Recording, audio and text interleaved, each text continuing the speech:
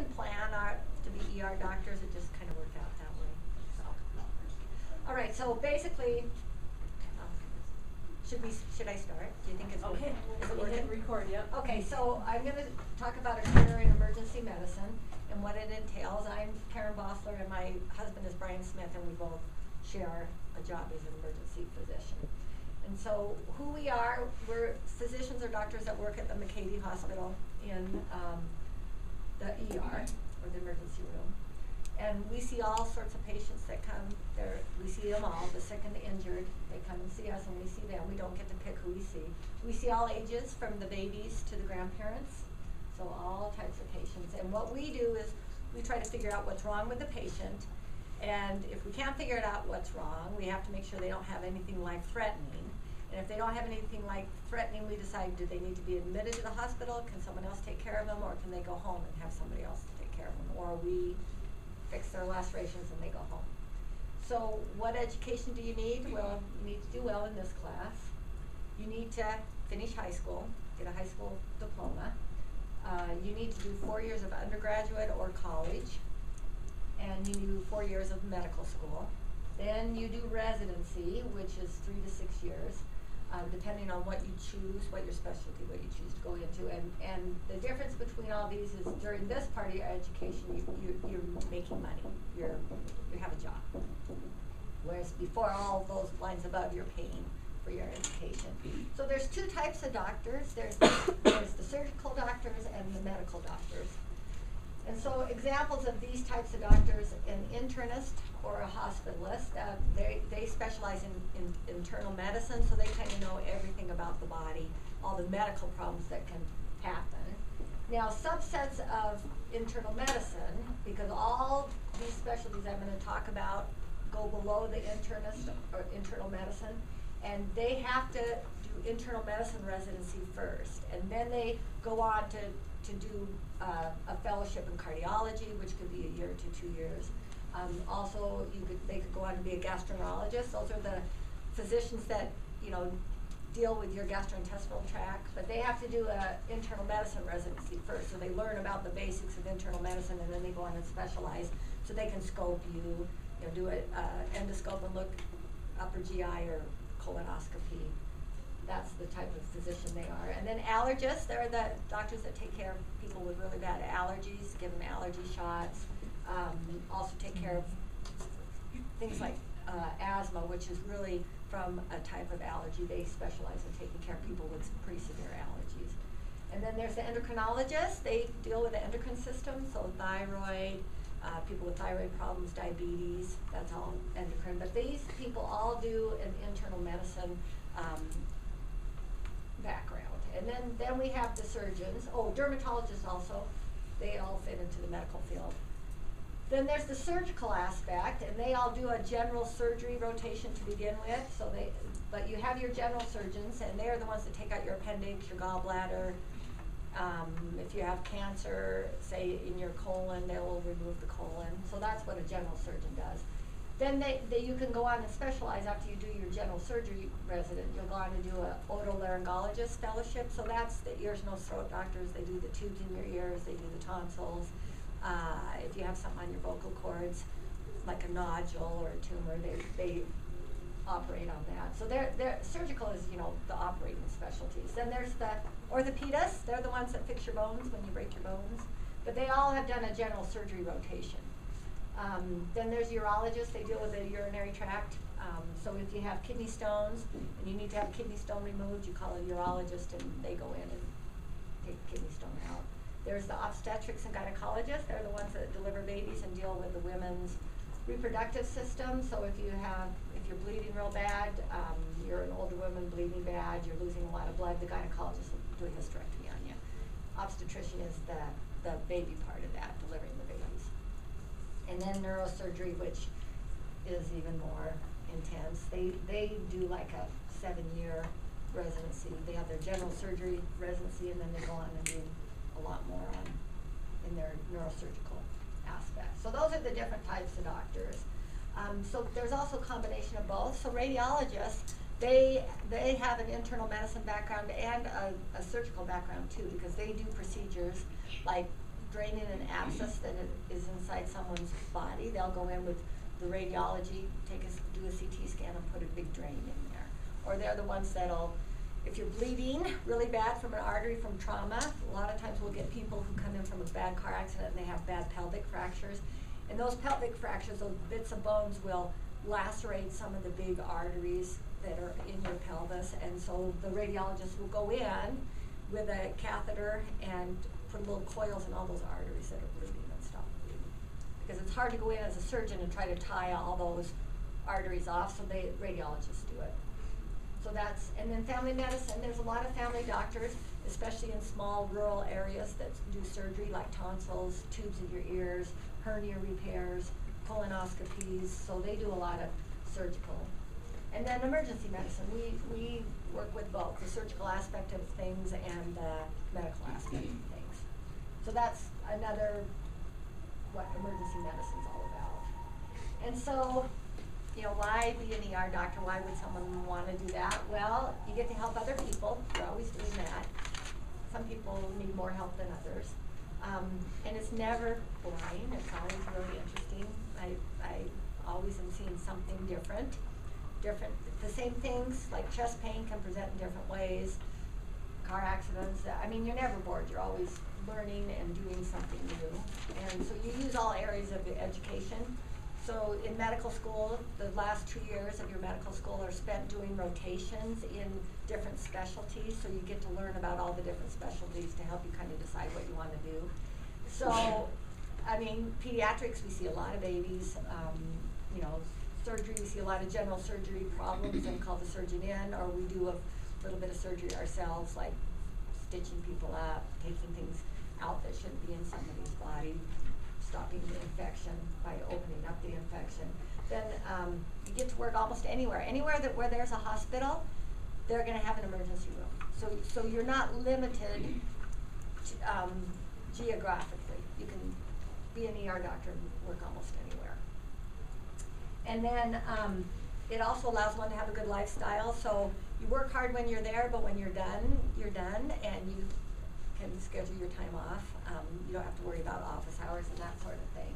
But that also has a drawback. So because the ER is always open, we never close. We work holidays, nights, weekends. And so that, for some people, they don't like that aspect. But you can, we all have a schedule. We work with a schedule. We know a year in advance what our schedule is. And so we can change with the other doctors we work with to get certain times off if we need it. But we all know we have to work Christmas. We all try to make sure everybody works a little bit of Christmas or Christmas Eve, and it's just something you do. Now, so salary. This is an average annual physician compensation for the United States, and so in places like Utah, it's not going to be exactly this high just because the cost of living isn't as high. But say someplace in California where the cost of living is really high, they'll make more money. But this is an average. So orthopedics is one of the higher ones at $489,000. ER medicine is kind of in between the stack. You'll see a lot of the surgical specialties make a lot more money, and a lot of times the internal medicine doctors don't make as much money. And so that's something I don't know if you guys are aware, but there's a lot of doctors that want to make more money, so they go into the surgical fields, and that leaves the medical fields under, they're underpaid, overworked, not as much people want to go into those fields, so small rural areas have trouble getting physicians to come in. So that's the annual salary. And you guys, if you have questions, just pop your hand up, okay? All right, and so this is a really confusing slide, but basically it's talking about the true cost of medical school. So you have to pay the average year for medical school, including your tuition, your books, your fees, your living expenses, your eating expenses, is about $53,000 a year. So that's the average expense. But if you add that into the fact that you have a college degree and you could start work, typically with a college degree, you could start work at $30 an hour. So you are still paying $50,000 a year to live and go to medical school and pay for medical school where you could really be earning this much a year if you make $30 an hour, which you can make after you have a college degree. So then you go in there and add on the residency, which you are getting paid, but this is what 3 years residency pay, you get about $50,000 a year for 3 years of working. And so the true cost of medical school, here's medical school plus 3 years residency is going to cost someone around $80,000. But then you've made about $150,000, so the total cost you're behind is $675,000. So that's what the true cost of medical school is supposed to mean. Okay, so in the emergency room we see, like I said, all sorts of problems. There's a lot of medical problems that we take care of. So skin, we do some dermatology in the emergency room. Skin is on the outside, everyone can see it. It causes people to be nervous when they break out in a rash, and to them it's an emergency, so we see them in the emergency room. And so the deal with rashes is we have to try to determine what caused the rash and make sure we can fix it. So this one is pretty easy. The patient will tell you, oh, I was out walking around, I had my shoes on, see how the feet are not. So this person had shoes and socks on and got into some poison ivy and it spread all over on his skin. So this is what we call a contact dermatitis. So the skin is reacting to the toxin from the poison ivy. And so it's a contact dermatitis. Then we'll see other rashes like hives that you get from an allergic reaction. So this is a skin reaction that is global, it's systemic. You eat something or take something that you're allergic to and your skin will break out in hives. So we see a lot of rashes. We also see a lot of wounds. This is someone's heel and they had a bad sore on their heel and they didn't take real good care of themselves. Flies laid eggs and now there's maggots in the wounds. We don't see this a lot, but we do see it every once in a while. So we see a lot of wounds, you know, that's something obvious the patient. This is something that's not something we would see in the ER, but this is something that also they use that's interesting to see. So this is a transplanted ear. Someone had problems with their ear and they transplanted a new ear onto that person and they use leeches to help clean up the wound, and the saliva in a leech or a bloodsucker has a material in it that promotes healing and keeps the blood flowing, and they clean up all the dead tissue at the same time. So that's a medical use of a type of parasite as opposed to the maggots. This is a medical use. Now belly pain, that's something we see a lot of in the emergency room. You hurt, you don't feel comfortable, you're throwing up, happens in the middle of the night. So we see a lot of abdominal pain. We see a lot, like skin rashes, lacerations, abdominal pain is another thing we see a lot of. So here's an x-ray, you guys. Can you tell what type of x-ray it is? So it's what we call a upright abdominal x-ray. So here's the diaphragms up here. Here's the pelvis down here. And this is small bowel. This is what a small bowel obstruction looks like on an x-ray. So the bowel is all full of air and fluid, so you get what we call air and fluid levels that you can see, and it's all dilated. So something's blocking the bowel.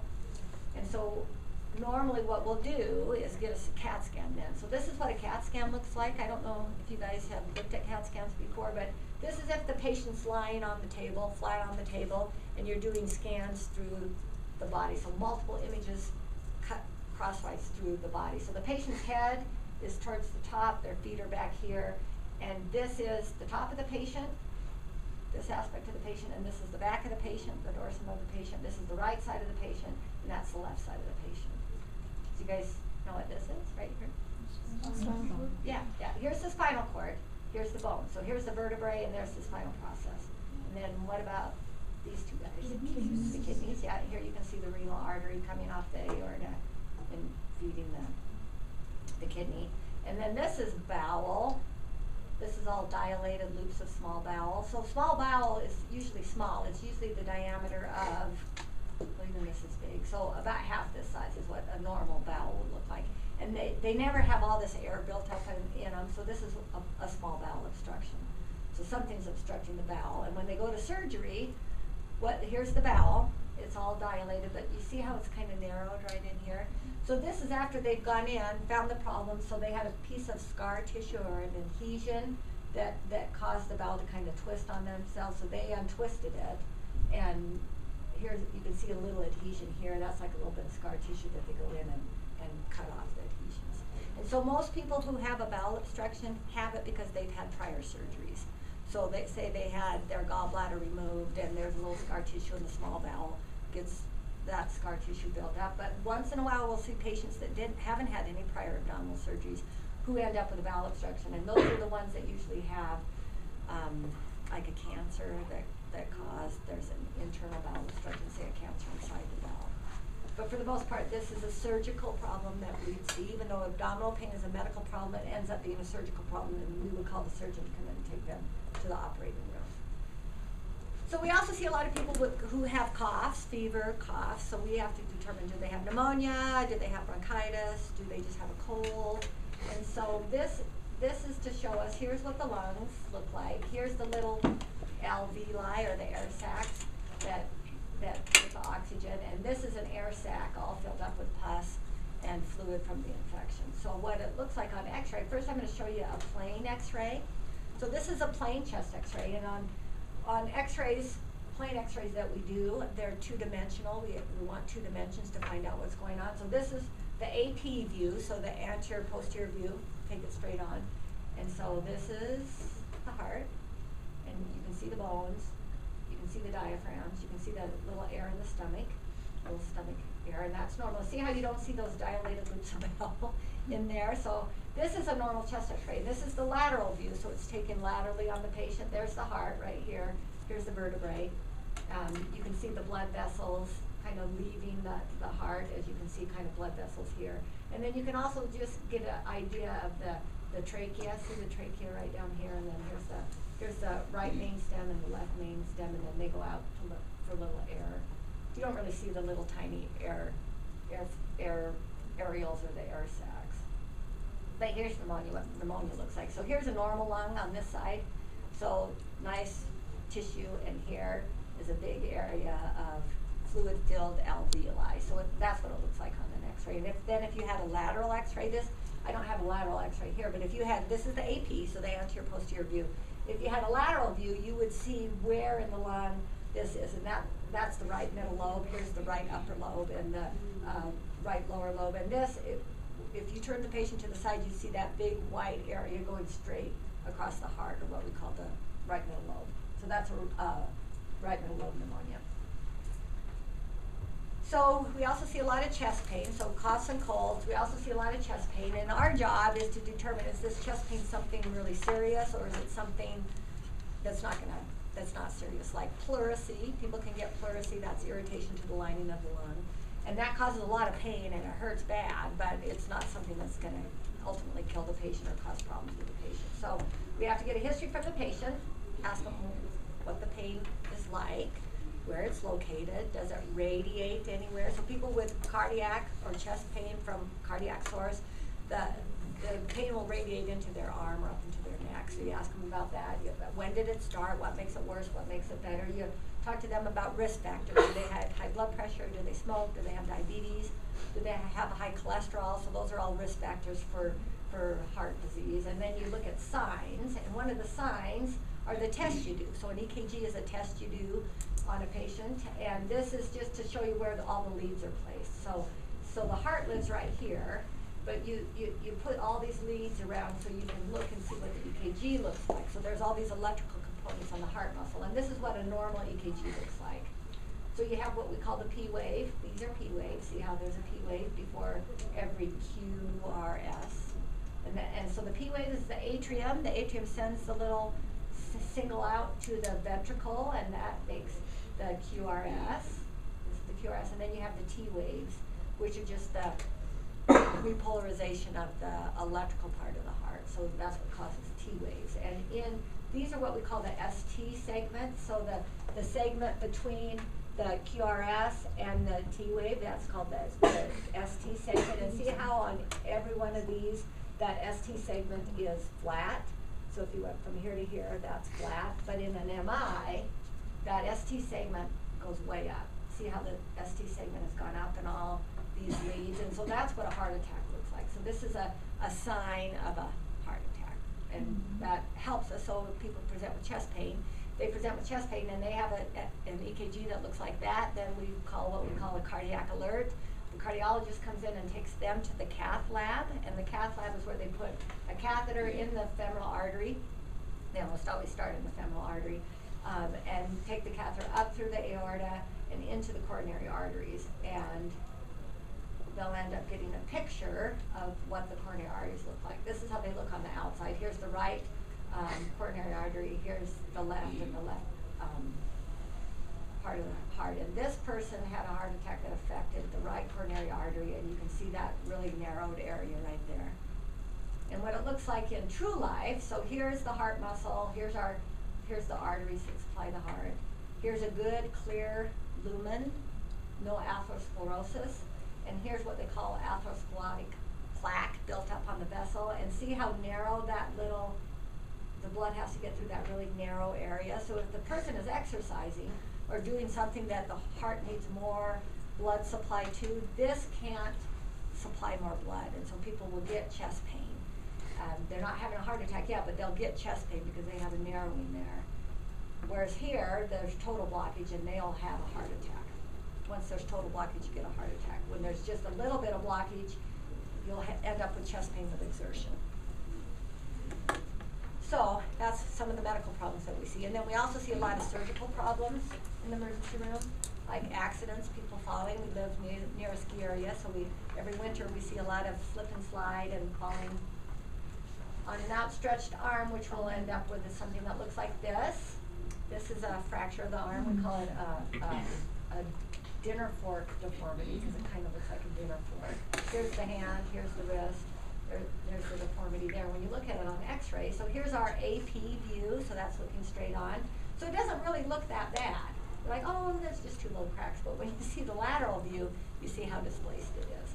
So this person, we would call the orthopedist in, and usually with one like this, we would put the patient asleep, sedate the patient for the orthopedist. And while the patient is asleep or sedated, then they would put it back in place and then cast it. So that's one of the procedures. We do a lot of sedation. So we sedate a lot of patients for the specialists. Here's another fracture. So do you guys know what bone this is?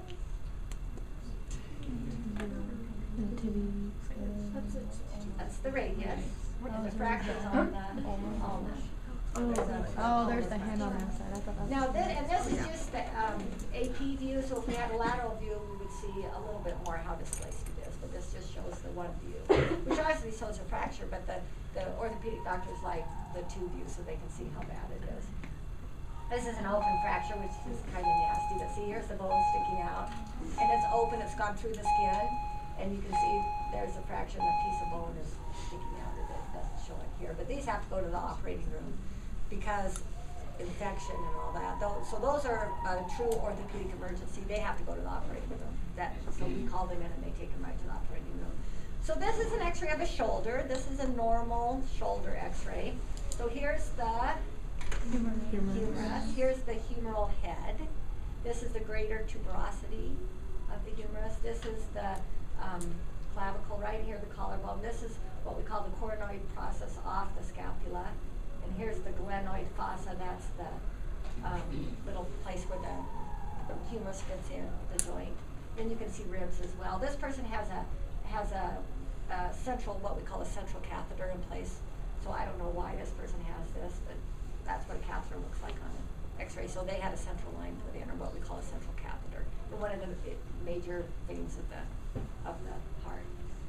And so here's what a dislocation looks like. So we take care of a lot of dislocations and we reduce them. So we sedate the patient, and then once they're sedated and not aware of what's doing, then you pull on the arm and put it back into place. So here's the humeral head sitting outside of the glenoid, and it's inferiorly anterior and medially displaced to the scapula. So that's what a shoulder dislocation looks like. And again, you get to see the ribs. A lot of times people we always are reminded to look at all parts of the film, because sometimes you'll see a first or second rib fracture in a patient who's been injured. So say they dislocated their arm and you're all intense on looking at their dislocated arm, but then you miss a first or second rib fracture, and those are bad. First and second rib fractures can cause damage to the great vessels that come off the heart. So those people, they have a life-threatening problem if you see a first or second rib problem, which this isn't life-threatening. This isn't going to kill them. A dislocated shoulder won't kill them, but a first or second rib fracture could. And so that's how we kind of look at x-rays. We have radiologists that read all our x-rays, give us a professional read, but we read our own x-rays, look at them, when you're in the heat of the moment, you can't wait for the radiologist to read it. You have to know how to read chest x-rays, you have to know how to read extremity x-rays, so that's, we do part of radiology too. This is a finger fracture, so if you look at this person, here's a normal finger, see how they're kind of spread out, but this person cannot straighten their finger. And so the reason they can't straighten their finger, and we call this a mallet finger deformity just because it looks like a little mallet, but the reason they can't straighten their fingers, they broke this piece of bone off, and that piece of bone is where the extensor tendon inserts itself. So the extensor tendon inserts it's right there, and if the extensor tendon is broken, they can't extend their finger. So the way you treat that normally isn't treated surgically. The way you treat it is you let the bone heal. So it's like you're casting the bone, but you put them in what we call an extensor splint. So you want the finger in extension, so the bone will heal right where it's supposed to heal. And they wear this for 6 weeks. And some people aren't good about wearing it for 6 weeks, and those are the ones that end up with a non-healing fracture, and they would have to go and have a pin put in. So that's an example of some of the fractures that we see. Here's a broken, what's that? Femur. Right, and here's how they fixed it. They go in and put rods in the medulla to fix it. Here's some more, here's another one. Here's another view of a femur fracture. And so can you tell how old this person is? They're pretty young. Yeah, they haven't closed their growth plates yet. And then you can see the pelvic, the sacrum and the pelvic inlet.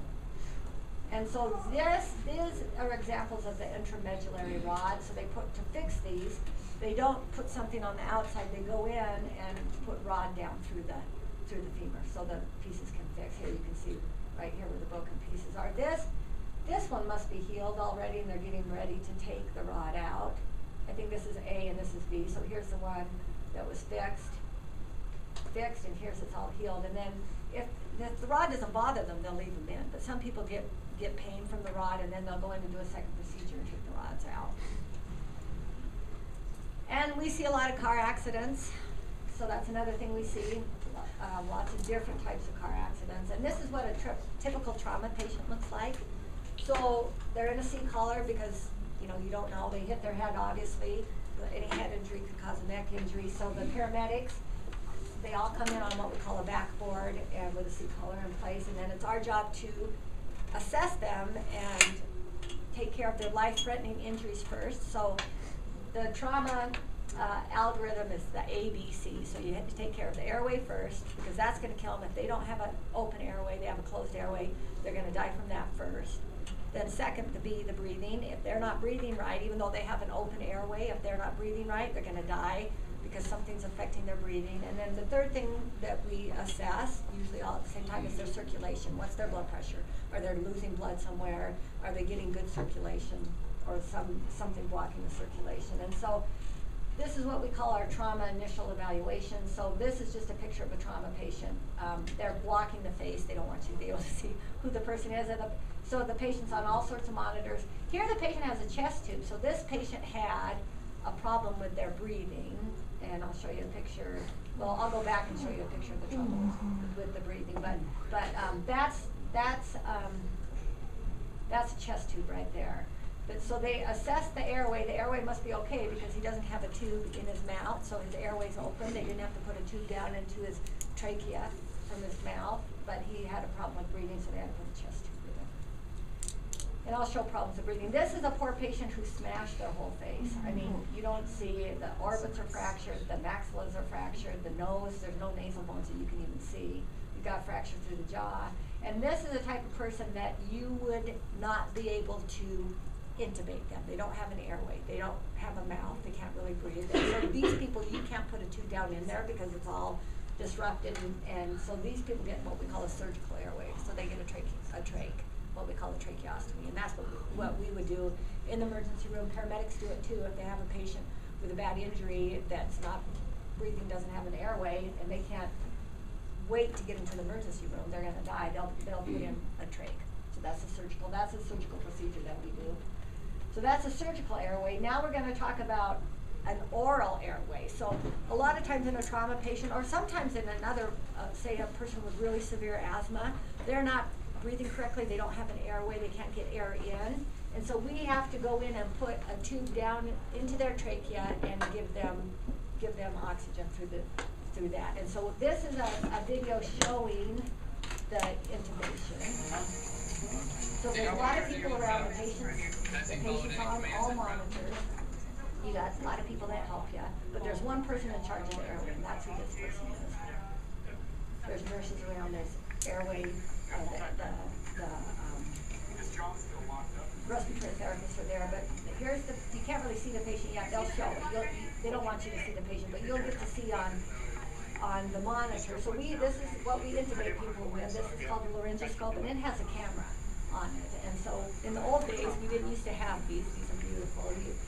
You go in with this, and it shows you everything on a big monitor. So he's getting ready. He's got to paralyze the patient. You can see the patient's out here. The patient is paralyzed. We give him medications to stop any movement because you can't intubate someone who's thrashing around them, and then we sedate him. Here's the epiglottis. This is just what it looks like. There's the epiglottis. There's the vocal tubes, and he's going to put this tube, that's the ET tube, the endotracheal tube, in through the mouth, down, in through the vocal cords, and into the trachea. And then you hook it up. So he's gonna hook it up to oxygen and manually give him breaths. That's the respiratory therapist, and then they'll hook him up to a ventilator. So that's one of the things we do a lot of is intubations for different reasons. Trauma, if a person's, say, overdosed on something and they're not breathing, they're not protecting their airway, they could vomit into their airway and get a horrible aspiration pneumonia. So we have to sedate them, even though they're kind of out of it anyway. We paralyze them, sedate them, and put a tube in them. So, and that's part of what anesthesia does a lot of. So we kind of do a little bit of anesthesia by intubating people. When you go and have a surgery done, a lot of times if it's major surgery, they'll put you to sleep, and they have to control your breathing, so they put an endotracheal tube in there. Now this is a problem of breathing. It's called a tension pneumothorax. Can you guys tell what's wrong in this picture? Can you kind of get an idea? You see all these great looking lung markings here? These are all normal lung markings. And on this side, there's no lung markings. So what's happened in this case, this was a trauma to the chest. So the force of the trauma caused the lung to rupture, part of the lung to rupture, and then all of that air leaks out of the lung and into the chest cavity and collapses the lung. The lung is smashed down here against the heart.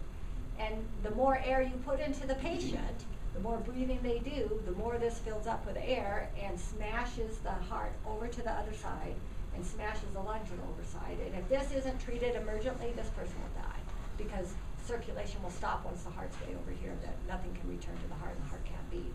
So what we do is we put a chest tube in this person. So the first thing you do, if you suspect, you listen to the patient with you auscultate the chest with your stethoscope. You'll hear good breath sounds on this side, and you won't hear anything on this side. So it gives you kind of an idea of what's going on. We usually get a stat chest x-ray that, any trauma that comes in, x-ray comes right away with their portable machines, and we'll get a stat x-ray.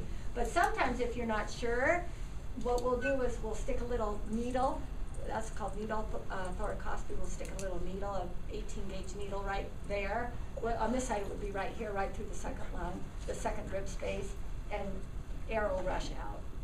And then you've partially treated the pneumothorax. You've let that air out so the heart can go back where it should be, and then you have to put in what we call a chest tube. And that's what that one patient had on that one that showed the trauma evaluation. That patient had a chest tube in. And we do those a lot, put in chest tubes. We see a lot of head injuries for whatever reason. So this is just depicting what can happen to your brain when you're in a head injury. And this person's a little bit older. As we age, our brains shrink, unfortunately. Babies or newborns have no space their brain is full. But as we all get older, we have brain atrophy, and if you have a whiplash injury where your head is forced backwards, the brain's going to hit this side of the skull and get bruised and could bleed, and then you get thrown forward, and then the front part of the brain gets bruised. So that's what we call a contre-coup injury. So it's hit there and then contre-coup over on this side. This is showing a skull. This is like a CT scan but reconstituted to show the skull. And you guys know what these are? Sutures. Sutures, yeah. And so you can see here, the zygomatic arch right here. Here's the teeth. Here's a big depressed skull fracture that you can see right here. We see a lot of skull fractures. This is a bleed inside the brain. So here's the CT scan again. So here's the patient's like lying this way, and we did a slice right through the patient's head. And so here's the patient's, where the forehead would be. Here's the back of the skull, the patient's lying. So here's the back of the skull. Here's the frontal part of the skull. Here's the right side of the skull, and here's the left side of the skull. And this is bleeding within brain tissue. So here's normal brain tissue, but see, that's blood in the brain tissue itself. And here's a trauma CT of the belly. So this is belly. Here again, you see the vertebrae and the spinal processes. Here's some ribs coming on. Right here, here's our aorta. That's the main blood vessel. You can see some little branches coming off. This is the inferior vena cava, the main vein that comes up and goes through the liver. So here's the liver, and here's a big laceration, several areas of contusion and laceration in the liver. Here's the spleen over here. And again, here's some more CT scans of trauma bellies. This one you can see a big liver lac. So here's the liver, and there's the laceration right through there. You can see a little bit of the kidneys here. And can you guys tell what's happened in this one? Yeah, so they've ruptured the kidney. The kidney's all in a bunch of pieces. Here's the small bowel. See, and here's what normal small bowel looks like as opposed to that. Remember those big dilated small bowel. And here's a coronal view. So that's as if you stood the patient right up and dropped a big cut right through front to back. So here's the front of the patient, and then the back's in the back. But you can see the patient all on. So here's liver. Here's a part of the liver and spleen. Here's kidneys, the vessels to the kidneys. Here's muscles on the side, so it's muscles. Here's the pelvis, and you can see one up here. So it's just to give you an idea of what CT scans look like. Now we see a lot of animal bites, cat bites, snake bites, dog bites. We see a lot of, and human bites. We do see human bites. So here's what a snake bite would look like. So right after the venom is introduced to the fingers, these two fingers got dead. You don't see the fang marks now because what's happened is the toxin, the venom toxin goes in and causes bleeding underneath the tissues and causes everything to swell up. And so this is what you see with a person who had a true venomized bite. If they had a dry bite, rattlesnakes will do dry bites. If they realize that the threat to that, there's a threat to them and the threat is big, they know they're not going to kill that animal. Like a cow, if a cow came near to them, they know they're not going to kill the cow. Their venom isn't going to kill the cow, but they just have to do what's called a dry bite to get the animal out of their way. So they'll reserve their venom.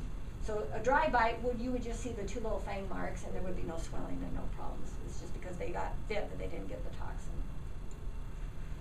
We see a lot of lacerations. This is a tongue laceration, and the most common reason for tongue lacerations is a person, falls. Their mouth is open, their tongue's out, they fall and land like their tongue. So that's a tongue laceration. So we do a lot of laceration repairs. Here's a deep laceration to the palm. You can see the tendons, the arteries. So that's a deep laceration to the palm. Here's an arm laceration. So here's like the elbow. You can see there's the muscle with the fascia covering it, the subcutaneous tissue. And so we would close this with either sutures. These are sutures, so that's like your stitches, brings all the tissue together, or sometimes we'll do staples. But as you can see from this picture, I don't like staples very well, especially on the face, because you don't get as good a repair. See how there's some kind of places that aren't as good. We do them a lot on the scalp, places where you won't see.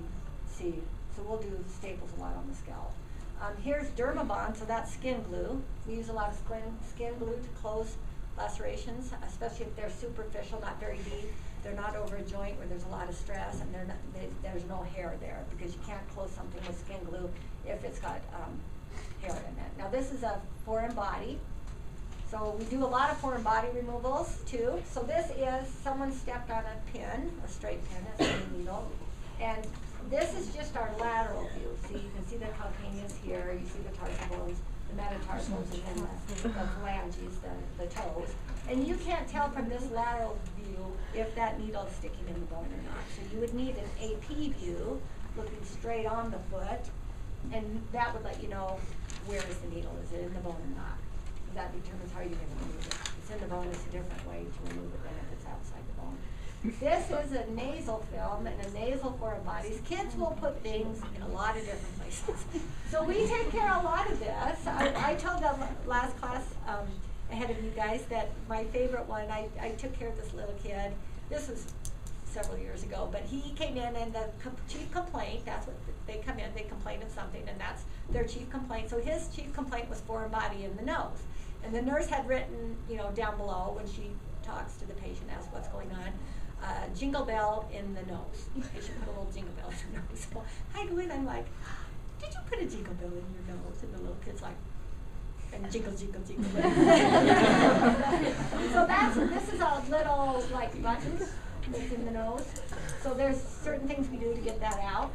A lot of times it requires some sedation of the patient, sometimes it doesn't. This is a corneal foreign body. So here's the cornea, that's our clear part of the eye. You can see there's the iris right here.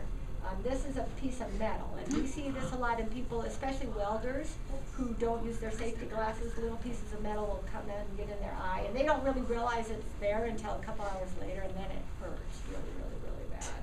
And so we have things that we use to go in and take that out. So you guys have all seen slit lamps, where you go to the eye doctors and he makes you put your face in that thing. So we have slit lamps, and we have special little tools to go in and take that out. The nurse helps you, keeps the patient's eyelids open. You numb the patient up so they don't feel it.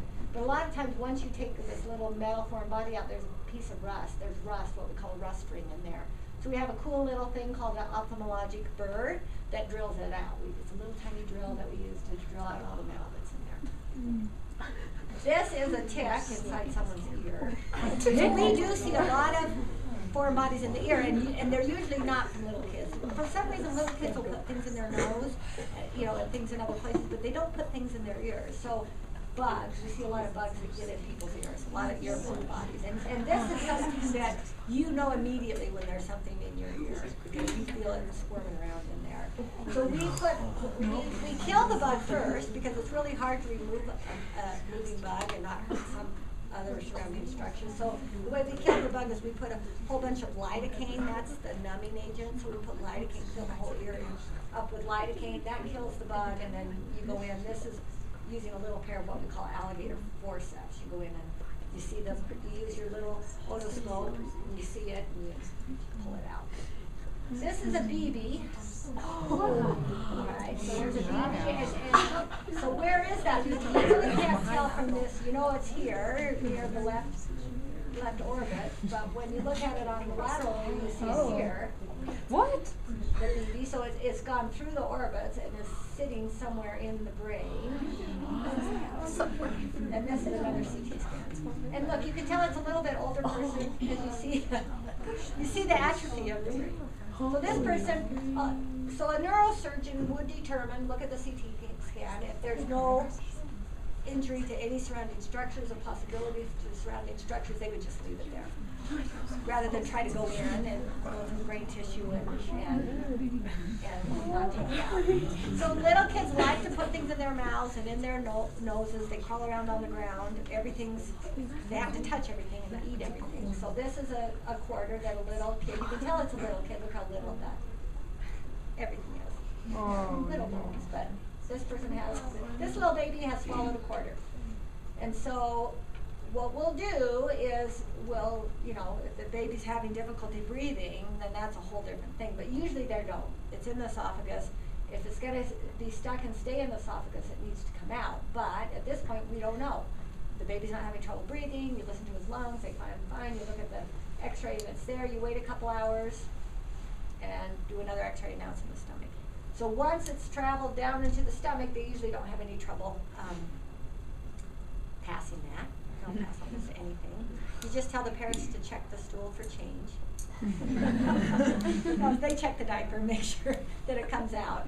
And if they're worried, you know, a couple days later they're worried, oh, I didn't see it, I'm afraid it didn't come out, you just do an x-ray and it would show it's gone. But we don't normally do that. I mean, it's the rare parent that has to bring their kid in because they're not sure if they passed it or not. So there are other things you can do as an ER doctor. You don't have to just work in the emergency room. You can be a cruise doctor, go on all sorts of cruises and take care of the cruise patients that get sick. You can be an expedition doctor, go to the South Pole, work with the science expedition down there and take care of the scientists. And those are usually ER doctors. You can volunteer ski patrol, take care of the bad things on the hill that happen, and get a free ski pass for you and your family. You can be an instructor or a teacher at a medical school.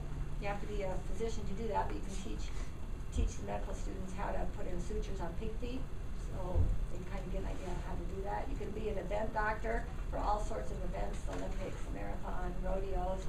So what do you have to be doing now? Well, you have to get good grades. You're not going to get into a good college without good grades. You have to have good study habits because you're going to be studying for the rest of this time. You've got 4 years of school, 4 years of medical school, 3 years of residency. You got it, and plus, once you're a physician, you have to keep your continuing medical education. You have to have so many points every year for those, so you keep learning all the time. So you have to like to learn and have good study habits. Get involved outside school to decide, what do I really want to do? Do I really want to be a physician? So go shadow somebody. Go work as a volunteer in the ER. Go get your EMT and become an EMT and see if you like it. And you have to have goals. You have to be willing to wait to obtain that goal because it's going to take a while, so you have to be patient and do what is expected of you and what you commit to. So that's the end of my presentation. One thing that we didn't talk about is future job outlook. And anything in the medical field has a good job security. I mean, there's always going to be sick people. We're never going to run out of them. The population is getting older, so they need medical care. So there's the medical field in whatever type of field you decide to go into, doctor, nurse, phlebotomist, drawing people's blood, working in the lab, working as a radiologist, working as a rad tech, taking the pictures. You're always going to have good future job security. And a typical day, I don't know if you guys want to hear a typical day. So we work all different shifts. So when I work day shifts, I'll start at 6 in the morning and start seeing patients right away. There's been a doctor who's been there the night that I'm relieving, so he's trying to go home and I'm picking up his patients for him, trying to figure out what's wrong with his patients. He started the workup. I've got to finish the workup, plus I got to see the new patients that are coming in. And usually in the mornings, it's different type of things that we see in the mornings versus in the evenings. So we see a lot more intoxicated people in the evenings than we do in the mornings. We see a lot more medical things like heart attacks for some reason because of our cortisol levels in our body, our circadian rhythms. The cortisol will affect heart attack more, so we see more heart attacks in the mornings than we do in the middle of the night. Abdominal pain, we see a lot of that in the middle of the night and early in the morning because people have had it all night and they don't feel good and they're getting worse, so they come in. And then as the day gets on, we get busier, so more doctors come in. We have a doctor comes in at 7, so I'm there at 6, another one comes at 7, another one comes at 11, another one comes at 9:30, because the day is getting busier as it goes on. The more the day goes on, the busier we get with all sorts of things. And you never know what's going to come in, and I never get a lunch break. I usually run and go get something to eat, or we have the different secretaries that work in the emergency department will go and get us lunch and bring it to us because we don't have time to take a lunch break, rarely. Bathroom breaks are fast. We don't have a break. Nurses do. They get a break unless it's really, really busy, and then they provide food for the nurses. The ER brings in food for the nurses because they don't have time to get a break either when it's really, really busy. I try to get done on time, so I'm supposed to be done at 4, but you never know when you're going to be done because you can always turn your patient over to someone else, but you don't like to if you're close to being done with that patient and you've figured out what's wrong with them and you've got to talk to who's ever going to admit them, who's ever going to take care of them, so you end up waiting to speak to them. So we try to do the easier things toward the last part of our shifts, so we don't pick up like people who are weak and dizzy, because that takes a big workup, but we pick up like a laceration, that's quick and easy. You pick up an ankle sprain, that's pretty quick and easy. If it's a bad fracture that the patient's going to need to be sedated for and you have to wait for the doctor to come in, you're not going to pick up that type of person. And then, so usually my shift is supposed to be, they're 10-hour shifts, I'm supposed to be done at 4. I usually never get done at 4. I usually get done around 5, sometimes 6, depending on how much work I have to do, how busy it is. Because after every patient, well, we have to dictate a note on every patient. When it's busy, you never have time to dictate your note until you're all done. But you take notes, you write down little notes, remind yourself what this person had, what they complained of. So the whole time you're talking to them, you're writing little notes down to remind you, if I find a murmur on a patient, a heart murmur on a patient, I'll write on my note, heart murmur, so I'll remember on my exam. But you kind of, even though you're busy with all these different patients, you remember them. You start to remember, oh yeah, they told me this, because you've written something down. So we have to dictate everything. And so that's kind of what a typical day is for an emergency room doctor. Do you guys have any questions? I know you guys have questions. Come on, silent group. So Rosie asked me one time, she always likes to ask, she says, what is one of the wildest things you've ever seen? And so this was kind of a basic, not wild, but appropriate wild to talk to you guys about, because we see all sorts of things. But one of my partners, one of the guys we work with, one of my partners, went in to see a patient, and her chief complaint was she was suicidal. So she was depressed, she was suicidal. And we see that a lot too, especially around the holidays. So he went in to talk to her, and he said, well, what, he's writing down notes, well, tell me what do you think you're going to do?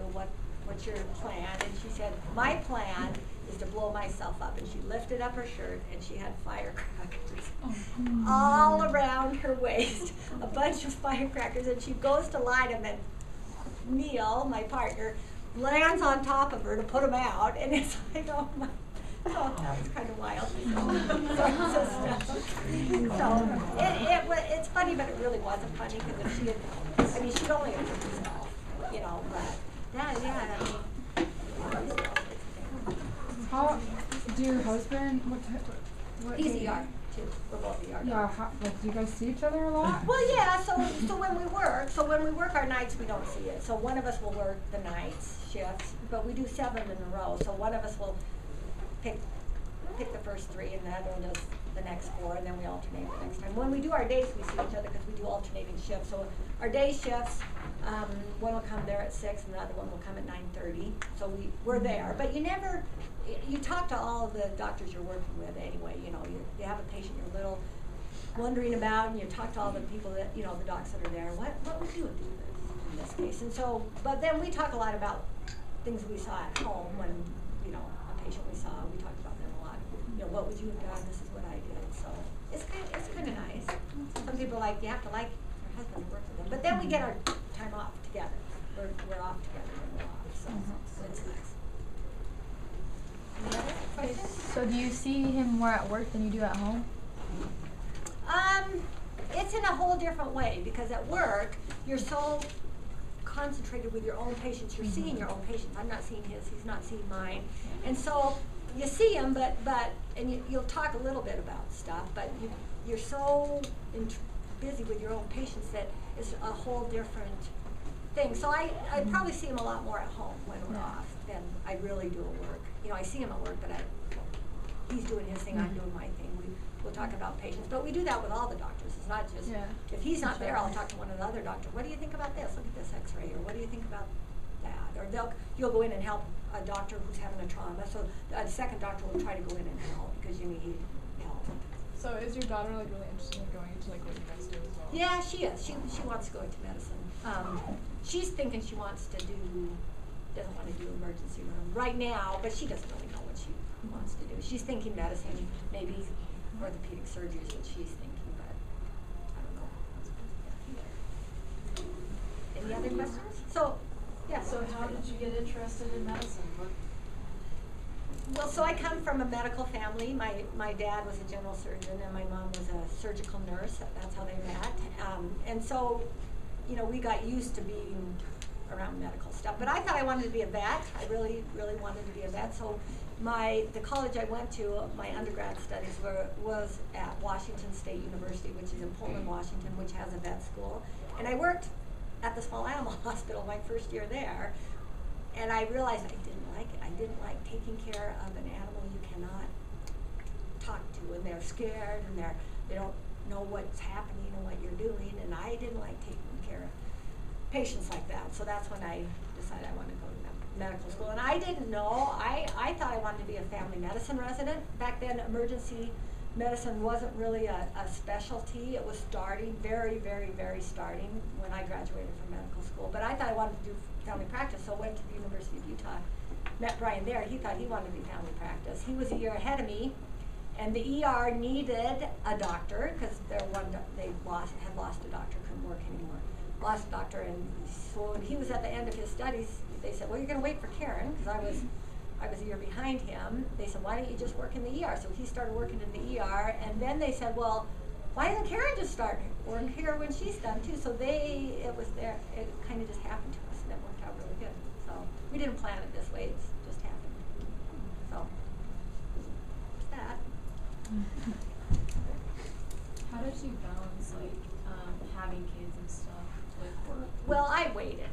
I was 40 when I had Rosie, so I was well established in my work. But so what happened is, you know, I worked throughout my whole pregnancy. I worked up till the day I delivered, which is easy to do. I mean, most people do that. I mean, that's what most people do. And then I had 3 months off when Rosie was born, and then went back to work. And you know, working with your husband is kind of nice because you only work part-time anyway. And so we had a good person that we met in the emergency room who took care of Rosie when she was going up, just on the days we worked. And so it works out. I mean, there's a lot of women now, I've noticed, in the family practice residency. So there's a family practice residency at the McCady Hospital, and there quite a few of those women are pregnant now. And I think that would be hard, but they manage it. I mean, it's a natural thing. I mean, women get pregnant, and they make, you know, they have to work maybe a little extra for the time they're off, and they have good spouse support, but they make it work. I think it would be hard, you know, but they make it work. So it's not something that you say you don't want to do just because you want to have kids. I mean, you should. If you want to have kids and be a doctor, you can do that. So, anything else? All right, well, thank Okay, you. You gotta determine what you want to do. I mean, you gotta like what you do. You don't want to spend the rest of your life doing something you don't like. So that's why education is really important. So, you know, you can be, and going out and deciding, maybe I want to do this and trying that, seeing if you like it or not. Because if you don't like what you're going to do, you won't.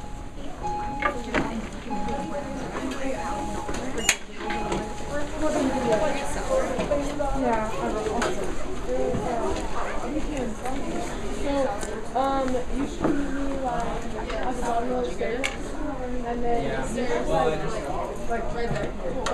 And then if Carla's like gonna have you studying seminary, you should like go over it with me. Okay. Yeah. Yeah, I'll just like. You might be there. You can go up the stairs.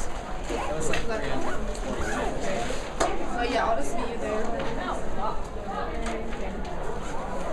Yeah, I actually lost it.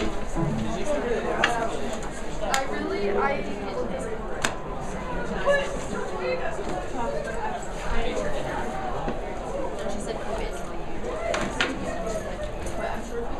she's not worried about what time, just as long as she knows you're on top of it.